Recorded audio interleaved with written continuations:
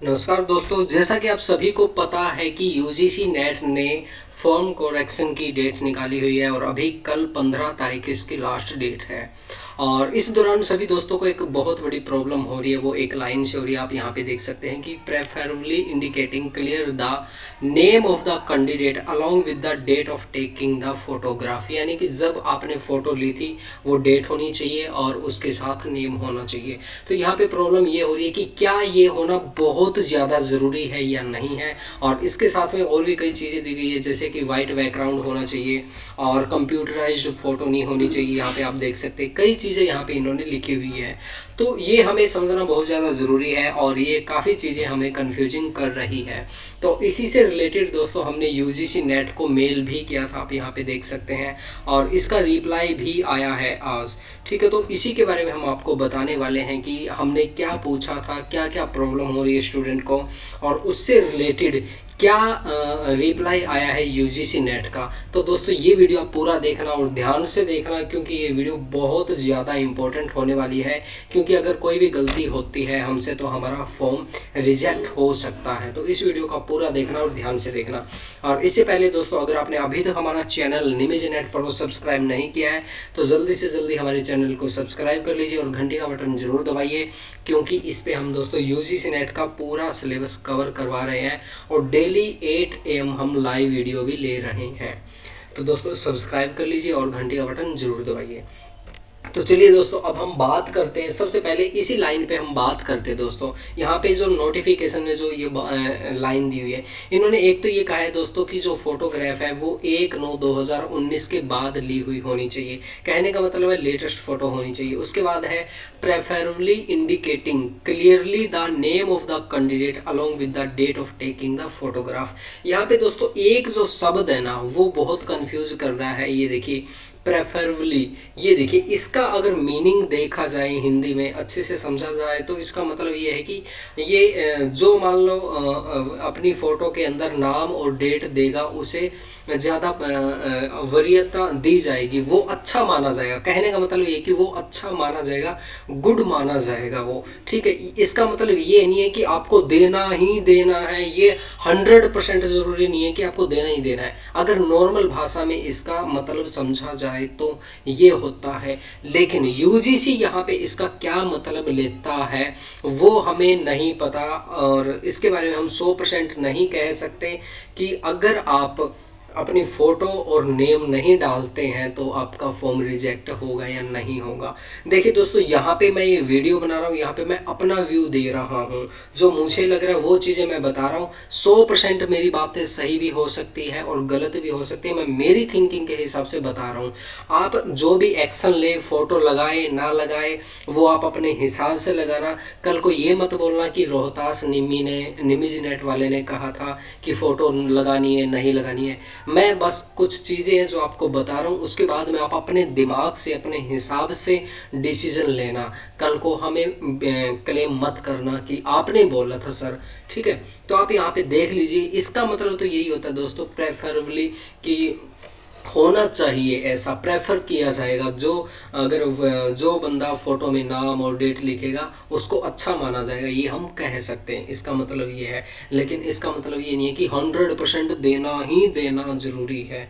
ठीक है, अब हम और आगे बात करते हैं। जैसे इन्होंने ये कहा है कि फेस का 80% फेस कवर होना चाहिए और ईयर अच्छे से दिखने चाहिए और वाइट बैकग्राउंड होना चाहिए। ये सारी चीज़ें दोस्तों अभी अभी मैं आपको मेल दिखाऊंगा। मेल में मैंने क्या पूछा है वो दिखाऊंगा, और इसके साथ एक और जो चीज़ है वो और देख लेते हैं। इन्होंने कहा है कि कंप्यूटर जनरेटेड फोटो नहीं होनी चाहिए, ये इन्होंने कहा है।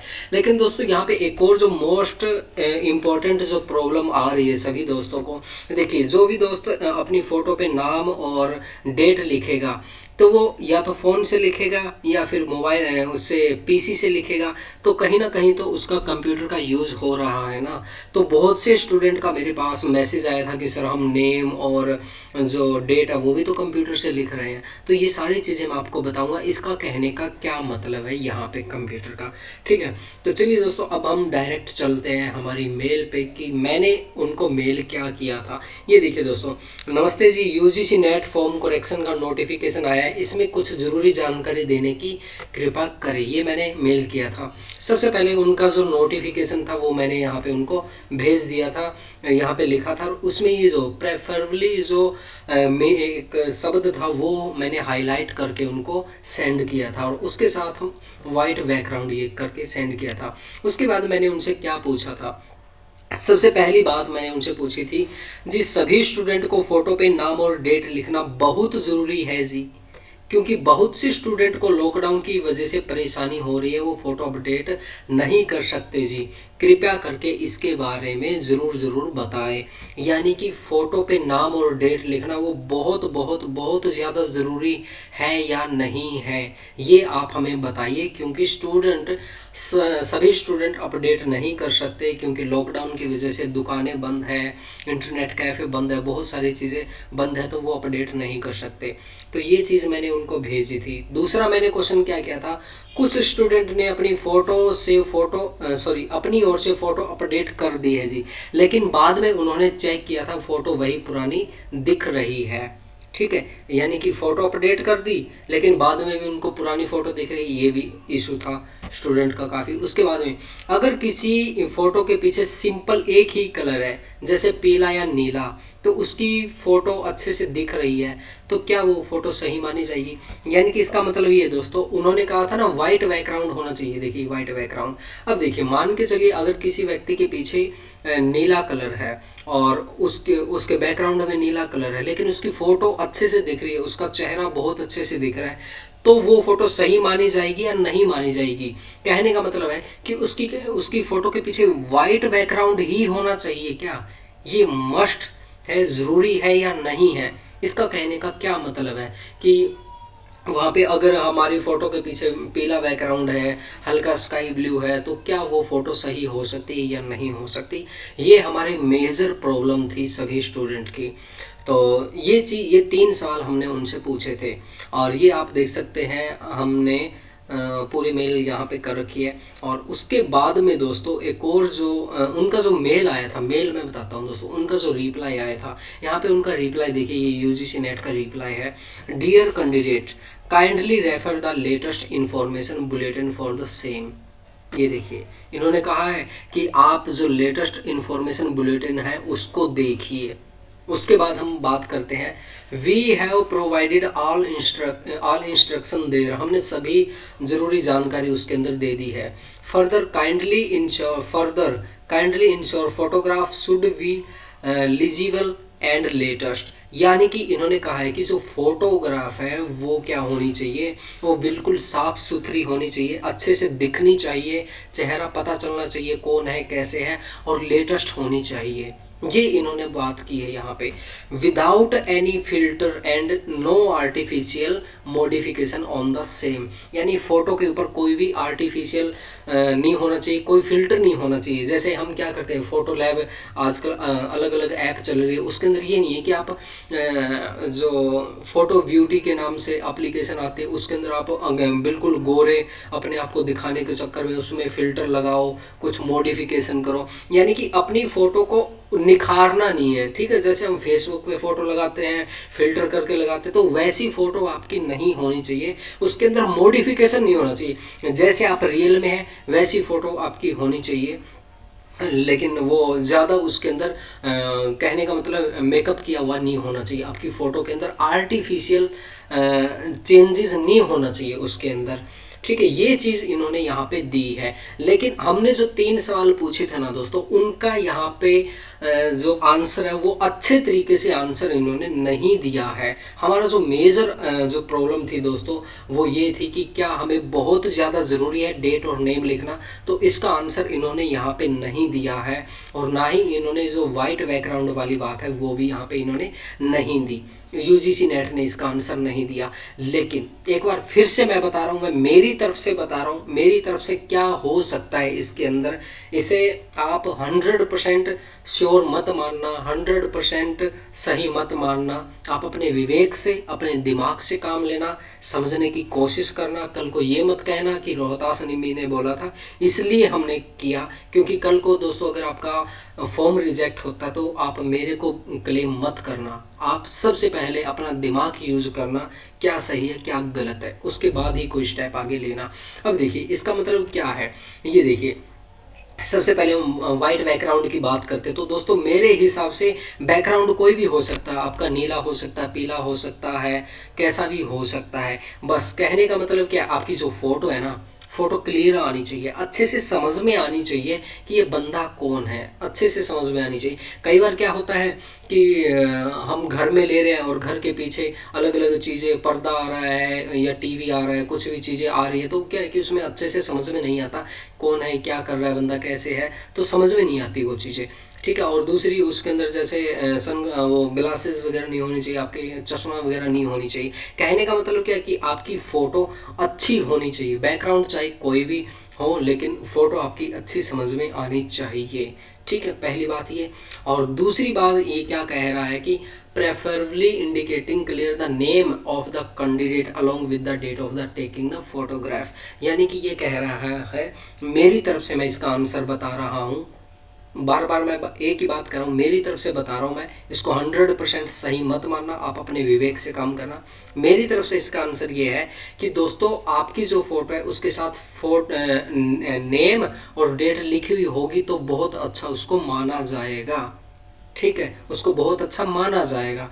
ये कोई ज़रूरी नहीं है, 100% ज़रूरी नहीं है कि सभी को करना ही करना है, करना ही करना, ये कोई ज़रूरी नहीं है। अगर कोई मजबूरी में नहीं कर सका स्टूडेंट, तो मेरे हिसाब से उसका फॉर्म रिजेक्ट नहीं होगा, उसका फॉर्म रिजेक्ट नहीं होगा। किसी कारणवश कोई बंदा अगर उसमें डेट और नेम नहीं लिख पाता है तो वो गलत नहीं होगा, उसका फॉर्म रिजेक्ट नहीं होगा। ये मेरी पर्सनल विचार है।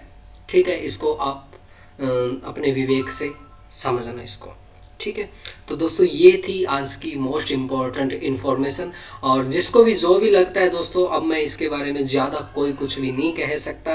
और दोस्तों हमने यूजीसी नेट में जो वहाँ पे ऑफिशियल वेबसाइट पे जो नंबर दिए हुए हैं, उन सभी 5 नंबर पे हमने मैसेज किए हैं, तो उनका कोई रिप्लाई नहीं आया। उन पे हमने हम कॉल करने की कोशिश कर रहे, लास्ट 3 दिनों से उनका कोई भी बंदा फ़ोन नहीं उठा रहा, कोई मैसेज का रिप्लाई नहीं दे रहा है। ये बड़ी मुश्किल से एक ईमेल का जवाब इनका यहाँ पे आया है। तो इस ईमेल से आप अपने हिसाब से समझिए क्या इन्होंने दिया है, क्या ये कहना चाह रहे हैं, और आप अपने विवेक से, अपने हिसाब से डिसीजन लेना। दोस्तों आप मेरे को ब्लेम मत करना, बाद में ये मत कहना कि सर आपने बोला था फोटो नहीं लगानी इसलिए हमने नहीं लगाई, ये बात आप मेरे को मत कहना। ठीक है, तो काफ़ी दोस्तों की यहाँ पे एक और मेजर प्रॉब्लम ये हो सकती है कि मान के चलिए उन्होंने फ़ोटो करेक्शन कर दी है और उसके बाद भी कुछ प्रॉब्लम रह जाती है, आपकी कुछ करेक्शन रह जाती है, तो आप उसको किस तरह से करेक्ट कर सकते हैं। देखिए एक बार करेक्शन करने के बाद यहाँ पे हमें कोई ऑप्शन नहीं मिलता यहाँ पे दोबारा से करेक्शन करने का, तो उसके बाद आप किस तरह से कर सकते हैं। ये देखिए आपको लॉगिन करना है अपने अकाउंट के अंदर। लॉगिन करने के बाद दोस्तों आप यहाँ पे देखिए रजिस्टर क्वेरी दिया हुआ है, यहाँ पे आपको क्लिक करना है। यहाँ पे क्लिक करने के बाद दोस्तों यहाँ पे देखिए क्वेरी टाइप यहाँ पे आपको सिलेक्ट करना है और यहाँ पे बहुत से ऑप्शन यहाँ पे हमें दिए हुए हैं। ये देखिए जैसे कि change of subject, course, paper, अगर आपको सब्जेक्ट चेंज करना है, कोर्स चेंज करना है, पेपर चेंज करना है, वो यहाँ पे सिलेक्ट कर सकते हैं। और यहाँ पे एलिजिबिलिटी इशू है, कोई भी इशू है, पेपर, कोर्स या फिर फोटोग्राफ से सिग्नेचर से रिलेटेड कोई इशू है, कोई भी अगर आपका यहाँ पे इशू है, यानी कि आप फॉर्म करेक्शन नहीं कर सकते लेकिन फिर भी आपने कोई इन्फॉर्मेशन गलत डाल दी है, तो आप यहाँ पे सिलेक्ट कर लेना। ठीक है, यहाँ पे जैसे मैं चेंज ऑफ सब्जेक्ट की बात करता हूँ, कई दोस्तों ने मेरे को रिप्लाई मैसेज किया था कि सर हमारा सब्जेक्ट चेंज करना है तो क्या होगा। तो उनके लिए ये है कि आप यहाँ पे अपने हिसाब से जो भी आपको प्रॉब्लम आ रही है वो यहाँ से आपको सिलेक्ट करना है और यहाँ पे अपना पूरा जो भी मैटर है, जो भी प्रॉब्लम वो पूरी यहाँ पे लिख देनी है। इंग्लिश के अंदर यहाँ पे आपको लिखनी है वो सारी चीज़ें। ठीक है, जैसे यहाँ पे जो भी आपको लिखना आप यहाँ पे लिख देना। उसके बाद में दोस्तों यहाँ पे आप स्क्रीनशॉट ले सकते हैं। जो प्रॉब्लम आ रही है आपको उसका स्क्रीनशॉट ले लीजिए और वहाँ पे ये अटैच कर दिए। उसके बाद यहाँ पे आप सबमिट कर दीजिए। सबमिट करने के बाद आपको क्वेरी नंबर मिलेगा, वो क्वेरी नंबर से आप अपना स्टेटस चेक कर सकते हैं। यहाँ पे देखिए क्वेरी स्टेटस पे आके यहाँ पे आप चेक कर सकते हैं क्या अपडेट है आपकी एप्लीकेशन के अंदर। तो दोस्तों इस तरह से मैंने आपको सारी जानकारी दे दी है फॉर्म करेक्शन से रिलेटेड। तो दोस्तों आज के लिए बस इतना ही, और मैं उम्मीद करता हूँ आपको कुछ इन्फॉर्मेशन मिली होगी। तो दोस्तों आज के लिए बस इतना ही। और दोस्तों अगर आपने अभी तक हमारा चैनल सब्सक्राइब नहीं किया है तो सबसे पहले हमारा चैनल सब्सक्राइब जरूर कीजिए दोस्तों, और घंटे का बटन जरूर दबाइए ताकि आप हमारी आने वाली वीडियोज़ को आसानी से देख सकें। थैंक यू दोस्तों।